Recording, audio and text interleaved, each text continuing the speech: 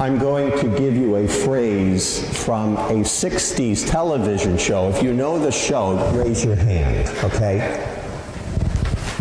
Danger, Will Robinson, danger. So quite a few know that. Lost in Space. You know, at the end of every episode there was something dangerous happening and it would say, to be continued. I remember watching it every week. If we hang around with Jesus, we're in danger. He's a dangerous man. In fact, one writer put it this way, focusing on today's gospel, Jesus intruded himself into the life of Peter and Andrew, James, and John. He intruded. He just comes along. And he says to Peter, now it says he asked him to put out into water so he could teach the people. Well, he must have had some kind of aura or whatever so that Peter didn't say, oh no, I can't do that. He got in, he moved the boat so Jesus could teach the people. And then after that, he says to them, here's that intrusion again, okay, put out into deep water. Here's a stranger coming along. He's intruding in the lives of these people. And as we know, he's introducing them to situations throughout his life that are dangerous. God is dangerous. Jesus was dangerous. He intrudes himself into our lives as well. He doesn't ask permission.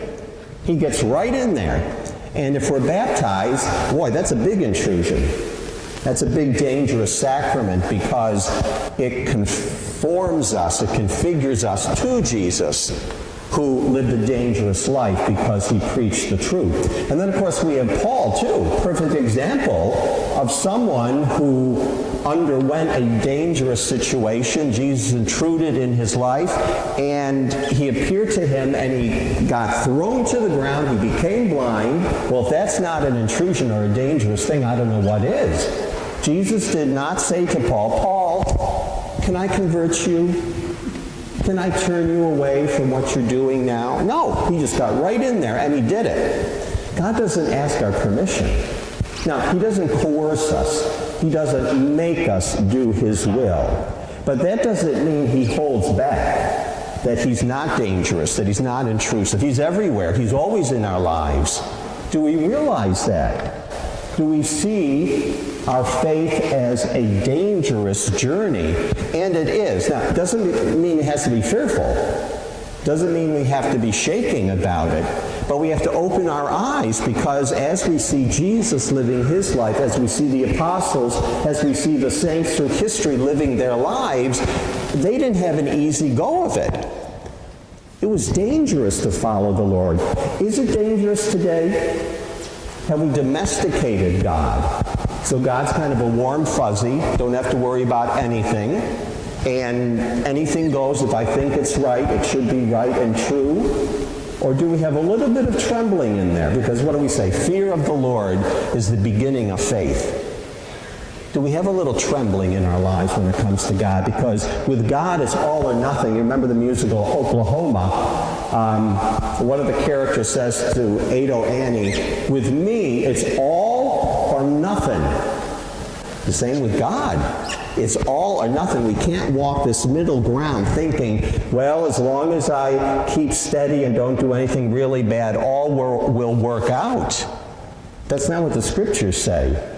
And there was another person, I never could quite track it down, who said it, but someone referred to the sacrament of the Mass, the Eucharist, as the dangerous sacrament. Isn't that interesting?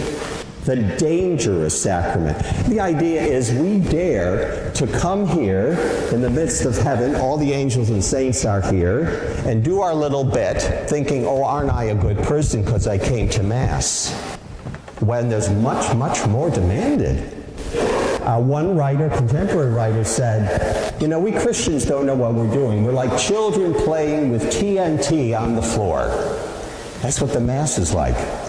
We're playing with dynamite. We don't get it. And the author says, instead of worrying about beautiful hats and nice outfits, we should all be given crash helmets. We should all be given life preservers. And we should be lashed to the pews. If we really knew what this sacrament, this dangerous sacrament is all about, if we really knew the danger of being a Christian. But again, in this country in particular, we're very comfortable. You know, we have our homes, we have our activities, we have our cars, we go out to dinner, and we sort of get into that mode, well, God, you're blessing me, and I'm going to enjoy it, as opposed to, why are you blessing me, God? What's the hook? And the hook, of course, is saying, I'm blessing you so you can be a blessing to other people, so you can bless other people. You got a lot of money? That's not yours, it's mine. Give it. Give it to this person and that person. Help out. Time and talent, and that doesn't belong to you, belongs to me. Use it for the building up of the kingdom of God.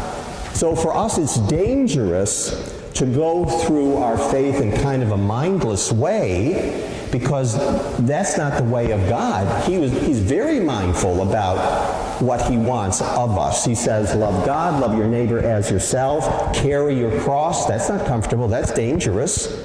That's an intrusion into our lives that comes through baptism. But we're supposed to shake off that stupor, that kind of, oh, I'm comfortable, I'm lazy, I don't want to do this, and say, I don't have time to be lazy or comfortable. The gospel, some people says, comforts the afflicted and afflicts the comfortable. Are we afflicted by the gospel? Are we afflicted by this dangerous book that has everything? And of course, Catholics always say this, it's kind of a default for us. Oh, but who am I to do X, Y, and Z? Who am I to stand up and talk about God? Who am I? I don't. And that's what Isaiah said, and Peter said that too. He says, I'm a sinful man, God. But Jesus said, that's okay, just follow me. And Isaiah, what did God do for him? The angel brought the hot coal, touched his mouth to purify him, and says, all your sins are gone. So no excuses. No excuses. Get out there and preach the gospel. Do what you have to do as a prophet. And that's what Jesus says to us as well. To get off our butts.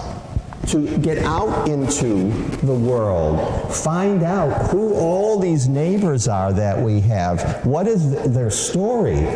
What do they need? What do they lack? What are their wounds? Because as children of God, we have been given great powers, great gifts from God, and authority from God to heal, to feed, to gather people together in worship, to guide people to the Lord. We all have charisms from the Holy Spirit. Do we know what they are? Well, we all have them.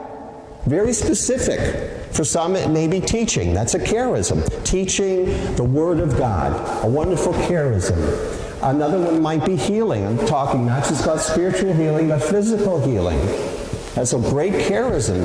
Anyone here have it? If you don't know, maybe if you think maybe you do, what are you going to do to find out about it? If you really have it. Because it's dangerous not to get more and more involved with God.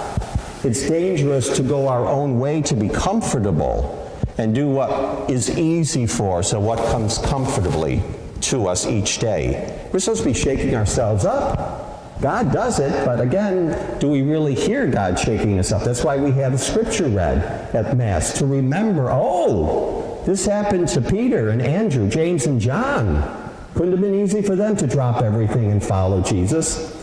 Happened to Isaiah. Couldn't have been easy for him. Paul says it's tough, it's hard, but he wouldn't have it any other way. Do we say the same thing? Yes, God is dangerous to follow in faith the Lord of heaven and earth. It is dangerous, but it's also glorious. And if we follow him faithfully, it leads us to the greatest of glories, heaven, where we will be one with God and all the angels and saints. And we'll look back at life, and no matter what we experienced, no matter what we suffered, we're going to say, that was nothing. Nothing compared to the glory of heaven. So, if anything, maybe we need to ask God to disturb us a little bit, to get into our bodies and our minds, and to get a little fear in us, to help us realize that God is all or nothing, and he does constantly come into our lives. He's always with us.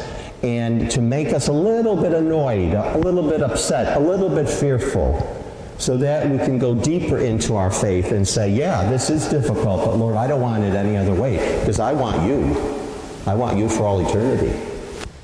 So it's not a bad thing to be afraid, be fearful of the Lord, to realize he is dangerous the more we follow him, but that also, really, it's the only way to go. It is. There is no other religion, other belief system in the world that really brings it all together very clearly, if difficultly and dangerously, but it's our Christian faith. So as you go forth today, put it any way you want to the Lord. Say, Lord, stir me up a little bit. And incidentally, you give God permission for that, and you have to. He won't do it otherwise. Well, he may. But, say, okay, God, you have my permission to make me uncomfortable. Can you imagine doing that as a prayer? He'll do it. He'll do it. But think of the graces that will come from that, because it'll help us see things differently. It'll help us commit more completely to the faith, so that we'll actually look forward to these dangerous situations, because we know God has our back, and no matter what happens, we can do what we're called to do as his faithful children. So take a chance on God. Not really taking a chance, God always comes through. But say, okay, God, you got my permission. And if you don't want to go right to God, and tell your guardian angel. Guardian angel, go to God and tell him he has my permission to make me uncomfortable, and see what happens. See how the Lord responds, and how it helps us to grow in our faith, deepen our faith, so that we can really be on fire and courageous, just to be like Peter, to be like Paul, to be like Isaiah, people who know that this is what we have to do, we're going to do it, and we go out and do it, not just for our sakes, but for the sake of the world.